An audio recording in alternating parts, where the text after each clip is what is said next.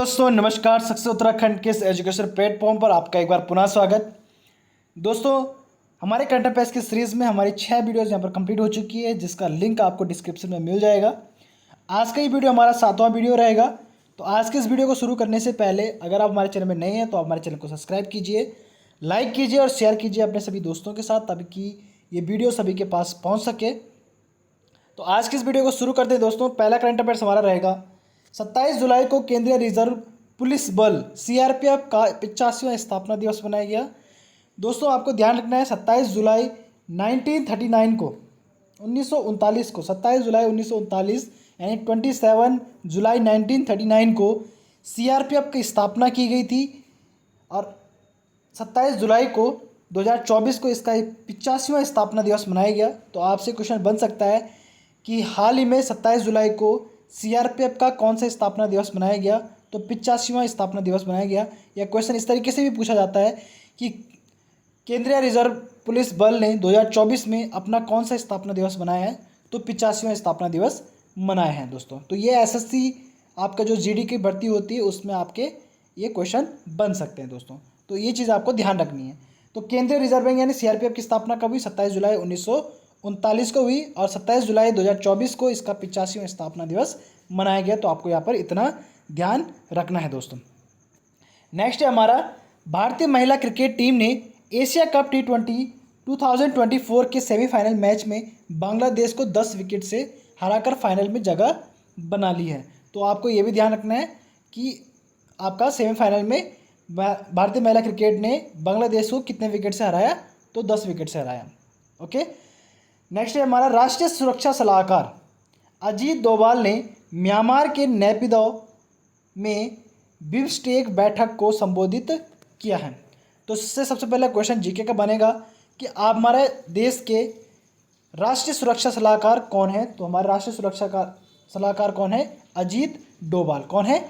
अजीत डोभाल हमारे भारत के राष्ट्रीय सुरक्षा सलाहकार है। और इन्होंने क्या किया, हमारे पड़ोसी देश म्यांमार में इन्होंने म्यांमार के नेपिदो में इन्होंने क्या किया है, बिम्स्टेक बैठक को संबोधित किया है। तो आपसे पूछा सकता है कि हाल ही में भारत के राष्ट्रीय सुरक्षा सलाहकार अजीत डोभाल ने म्यांमार में कौन सी बैठक को संबोधित किया था? तो बिम्स्टेक बैठक को संबोधित किया था। यह आपसे पूछा सकता है कि हाल ही में राष्ट्रीय सुरक्षा सलाहकार अजीत डोभाल ने बिम्स्टेक बैठक का संबोधन किया कौन से देश में? ठीक है, कौन से देश में किया? म्यांमार में किया है दोस्तों। थोड़ा सा हल्का यहाँ पर आपको इस तरीके से ध्यान रखना है। अगला हमारा प्रधानमंत्री नरेंद्र मोदी 27 जुलाई को राष्ट्रपति भवन के सांस्कृतिक केंद्र में नीति आयोग की 9वीं शासी परिषद की बैठक में अध्यक्षता करेंगे। तो दोस्तों आपको पता है कि नीति आयोग क्या है? नीति आयोग के अध्यक्ष कौन होते हैं? नरेंद्र मोदी होते हैं।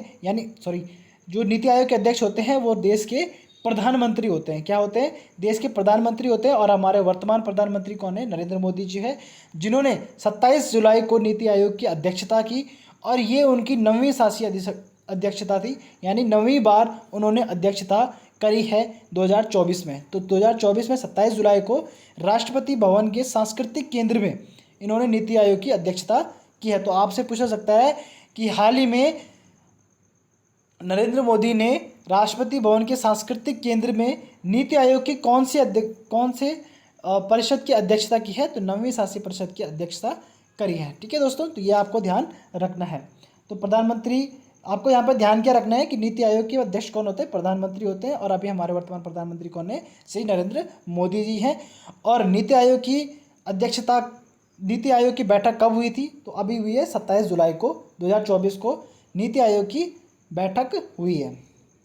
नेक्स्ट हमारा कारगिल नायक कैप्टन हनीफुद्दीन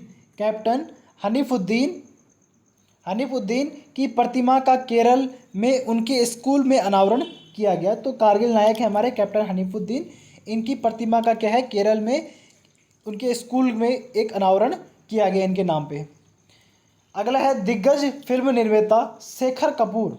कौन है? शेखर कपूर। दिग्गज फिल्म निर्माता शेखर कपूर यानी आपका जो डायरेक्टर है शेखर कपूर को गोवा में आयोजित होने वाली इंडिया इंटरनेशनल फिल्म फेस्टिवल के लिए महोत्सव निदेशक नियुक्त किया गया है। तो आपसे पूछा सकता है कि इंडिया इंटरनेशनल फिल्म फेस्टिवल 2024 के महोत्सव के आपके निदेशक कौन थे? तो कौन थे आपके? शेखर कपूर। इनको क्या है, फिल्म फेस्टिवल का निदेशक नियुक्त किया गया है, यानी डायरेक्टर नियुक्त किया गया है। इंडिया इंटरनेशनल फिल्म फेस्टिवल का निदेशक नियुक्त किया गया है। तो दिग्गज फिल्म निर्माता कौन सा है? शेखर कपूर। कौन है? शेखर कपूर। आपसे पूछा जाता है Indian international film festival IFFI के लिए महोत्सव निदेशक किसे नियुक्त किया गया है? तो शेखर कपूर को नियुक्त किया गया है। तो ये आपको यहाँ पर ध्यान रखना है। हमारा असम के मोइदम्स को सांस्कृतिक श्रेणी में 43वां यूनेस्को विश्व धरोहर स्थल का दर्जा मिला है। तो किसको मिला है 43वां यूनेस्को विश्व धरोहर का दर्जा? मोइदम्स को। तो दोस्तों मोइदम्स जो है असम का एक सांस्कृतिक स्थल है जिसको 43वां यूनेस्को विश्व धरोहर सूची में शामिल किया गया है। तो ये 43वां यूनेस्को विश्व धरोहर है जिसे यूनेस्को द्वारा विश्व धरोहर में शामिल किया गया है। ये 43वां स्थल है। कहाँ पर है? असम का है। और कौन सा है? मोइदम्स। ठीक है। अगला है हमारा दिल्ली विश्वविद्यालय के हंसराज कॉलेज ने अपना 77वां स्थापना दिवस मनाया। नेक्स्ट है हमारा भारत की पहली एकीकृत कृषि निर्यात सेवा। भारत की पहली एकीकृत कृषि निर्यात सेवा के मुंबई के जवाहरलाल नेहरू बंदरगाह में शुरू की जाएगी। तो भारत की पहली एकीकृत कृषि निर्यात सेवा मुंबई के जवाहरलाल नेहरू बंदरगाह से शुरू की जाएगी। तो आपसे क्वेश्चन बन सकता है दोस्तों कि पहला क्वेश्चन तो बन जाएगा जीके का कि जवाहरलाल नेहरू बंदरगाह कहाँ स्थित है? तो वो है आपका मुंबई में स्थित है। ठीक है, आपको ये ध्यान रखना है जवाहरलाल नेहरू बंदरगाह कहाँ स्थित है? मुंबई में स्थित है। और हाल ही में भारत की पहली एकीकृत कृषि निर्यात सेवा करने वाला कौन सा बंदरगाह है? तो कौन सी बंदरगाह से कृषि निर्यात सेवा की जाएगी? आपका जवाहरलाल नेहरू बंदरगाह से शुरू की जाएगी आपका भारत की पहली एकीकृत कृषि निर्यात सेवा। ठीक है, पहली एकीकृत कृषि सेवा निर्यात सेवा जो है वो जवाहरलाल नेहरू बंदरगाह से शुरू की जाएगी जो कि आपका मुंबई में है दोस्तों।